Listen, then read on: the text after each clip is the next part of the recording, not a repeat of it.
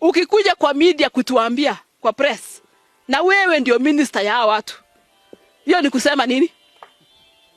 Si umekosa kazi yako? Umeshindwa na kazi? So bado unafanya nini kwa hiyo ofisi? Wewe ujiuzulu, kuja ongea huku nje kama raia mwema. Ushike microphone kama raia mwema ukiongelea. It is wrong for him to come and air the views from outside when he has a privilege which Kenyans doesn't have to sit in cabinet. Hello ladies and gentlemen, welcome back to the backstory. If you're new here, kindly hit that subscribe button and the notification bell down below so that you can be notified whenever we post a new video. Now, ladies and gentlemen, there's mounting pressure on the former Attorney General, MUTURI, to resign. And the pressure is coming from members of parliament from President Ruto's backyard, which is Rift Valley. And one of the most vocal MPs is the Aldai member of parliament, Kenyan.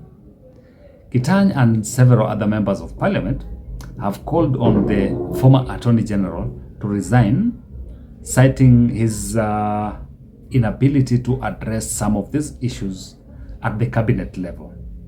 And information reaching us is also that President Ruto, like I think you guys have seen some of the photos that have been circulating online, met former cabinet or former Meru Governor Kiraito Murungi. At first, Kiraito Murungi met the current CS Internal Security, Kipchumba Murkomen, where they talked. They didn't share with us what they talked about. Then later, he met the president. But before we delve into that, into analyzing why they met and the outcomes of that, let's listen in to Aldai member of parliament, Kenyatta. The highest organ in the Republic of Kenya ambaye decisions inatengenezwa inaitwangwa cabinet. Na mwenye anaendanga cabinet inakuanga president, deputy president, attorney general na ministers wale wengine wote. Mimi kama mjumbe siwezi ingia hiyo cabinet. PS hawezi ingia hiyo cabinet. Hakuna Mkenya hapa mwingine anaingia hiyo cabinet. Kweli rongo? Na kwa hiyo cabinet ndio mahali maneno yote ya Kenya inaongelelewa. Wewe ukiwa minister, attorney general siku hiyo, kwa nini hukuenda kwa hiyo cabinet useme juu ya hiyo mtoto yako na watoto wengine wa Kenya? Kwa nini hukusema? Ukikuja uchukue hii mambo ya media, ukuje uongee kwa media. Sasa unataka Mkenya afanye nini? Kama wewe cabinet hawezi ongea huko kwa president, unataka Mkenya afanye nini? Sio ni kukosa heshima ya president yetu jamani? Ni kukosa heshima na hiyo ofisi inaitwa cabinet. Si ndio ni kukosa heshima? Hata wacha statement. Hiyo ni kukosa heshima ya hiyo ofisi. Hiyo ofisi iko na heshima yake, iko na nidhamu yake. It is the highest decision making organ in the Republic of Kenya. Kama mtoto alikuwa abducted, alafu akarilisiwa, kuna kitu inaitwangwa kwenda kuripoti kwa police station. Kutoka hiyo miezi 6 tangu siku hiyo aliyekuwa abducted na kurudishwa paka saa hii hujaenda kuripoti kwa police station. Unataka nani akufanyie hiyo kazi? You are the minister for public, meaning hao watu wote in short wana report kwako. Ukikuja kwa media kutuambia kwa press na wewe ndio minister ya watu, hiyo ni kusema nini? Si umekosa kazi yako? Umeshindwa na kazi? So bado unafanya nini kwa hiyo ofisi? Wewe ujiuzulu, kuja ongea huku nje kama raia mwema. Ushike microphone kama raia mwema ukiongelesha ukigonga hiyo serikali. Lakini huwezi gonga serikali ukiwa ndani yake. Haiwezekani. Kama huwezi heshimu serikali yenye unaifanyia kazi. Mimi kama mjumbe kazi yangu ni kitu inaitwa oversight. Ninakuambia wewe ujiuzulu, na usipojiuzulu mimi nitapeleka motion bunge ya kusensha wewe. We live in a democracy. We are in a democracy where everybody is entitled to his opinion. The CS, any person of that stature is entitled to his personal opinion. However, it is wrong for him to come and air the views from outside when he has a privilege which Kenyans doesn't have to sit in cabinet. He sits in cabinet where he can discuss with president, where he can raise those issues in cabinet. The highest decision-making organ in the Republic of Kenya is cabinet, where me and you and us don't sit there. And he's privileged to sit there. In case he has any idea that can change this country, any advice that can be of great help to this country, cabinet is the right place for him to advise and to discuss. I don't think it is the right place to come and discuss his opinion. Well, that's why I'm trying to say it's a non-issue. Whatever he said is non-issue. We should discuss other more pressing issues in the Republic of Kenya. Now, ladies and gentlemen, since we started talking about the issue of the former Attorney General, JB MUTURI, we've been very consistent. We told you that there were sources that were telling us that JB MUTURI wanted to resign on the very day. And that story has also been captured by the Nation newspaper on page 6, where they're talking that MUTURI himself said in the presser that he did not fear President Ruto's acts. So, either way, President Ruto might sack JB MUTURI, or he will resign. At some point he will.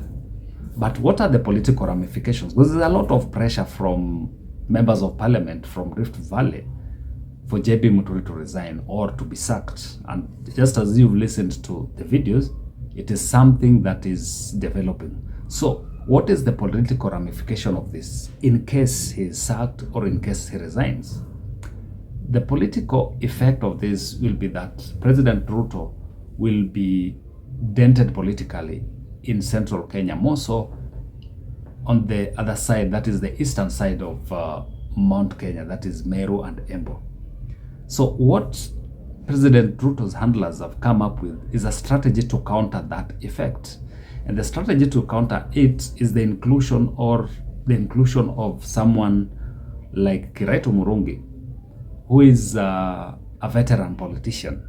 Remember, Kiraitu Murungi is a former governor of Meru County, and he has been in politics for quite some time. He's very experienced. He has networks within Meru County and the entire Mount Kenya East region. So if JB MUTURI resigns, President Ruto and his handlers are thinking of countering this by including or giving Kiraitu Murungi that position. And this has been seen on social media, whereby the current CS internal security, Murkomen, met Kiraitu Murungi it was around a week ago. And they did not share about, we just saw the photos on social media. They did not share about their meeting. And then later, after 3 or 4 days, Kiraitu Murungi met the president. So it means that President Ruto's handlers knew about JB MUTURI's intended action, and they'd started working on a counter strategy. And I don't know if that will work to the benefit of President William Ruto. If you're coming from that region, that, let me say, the Mount Kenya East, I would want you to give me your feedback that should Kiraitu Murungi be included in President Ruto's cabinet, should JB MUTURI resign or be sacked? What do you think the ramification would be? Will it be a plus to President William Ruto, or will it not have a major effect? But according to me, okay, it might be a plus, or it might not have an impact to President William Ruto. Why am I saying so? Look at when we are going into 2022 general election. Mount Kenya, a larger section of Mount Kenya did not support Raila Odinga, who was being supported by President Uhuru then. And President Uhuru tried as much as possible to canvass and talk to political leaders from central Kenya, Kiraitu Murungi was one of the leaders that changed their allegiance at the last minute so that they could support Raila. They could work together with the former president Uhuru Kenyatta to support Raila. But what was the impact of that? If you look at it, President William Ruto then still won majority of votes, both in the western side of Mount Kenya and the east, Mount Kenya East. So it depends on how they're going to play their politics. Kiraitu is a veteran politician, and just as I've said, he has networks in Meru and in Embu as well. But what we don't understand right now is that will it have any political impact in the larger Meru region? And will it neutralize the JB MUTURI effect? JB MUTURI might capitalize on this and help him win the governorship position, because I know with the support of Rigathi Gachagua, who is now working day and night to craft like a lineup for central Kenya. So if he aligns himself with Rigathi Gachagua and be able to coin a narrative that will resonate well with the common man back in Mount Kenya, I think he might be able to win the governorship position. But it's not going to be an easy work, because the current governor as well has connections, has finance, but the only thing that might work against her is the fact that she might not be aligned to the right political party. But who knows? She might also defect at the last minute and then align herself with the party that will be very popular in Mount Kenya then, because it's still early. We still have like around 2 years to go. So however much JB MUTURI might think that is making the right move, 2 years is a long time in politics. Things can change, and he might not win the sympathy that he wanted to win. But I know that Kiraitu effect, if President William Ruto can bag Kiraitu Murungi and Munya in his basket, then I think it can be a serious game changer in the larger Meru region. I don't know about Embu, but the larger Meru region, it can be a game changer, because still the governor of Meru is also still in President Ruto's camp. So ladies and gentlemen, that is it from us today. But I know definitely that the conclusion of it is that eventually JB MUTURI will resign, or he will be sacked. And most probably next week, something might happen in the political cycle. There might be a reshuffle in the cabinet that will see JB MUTURI shown the door,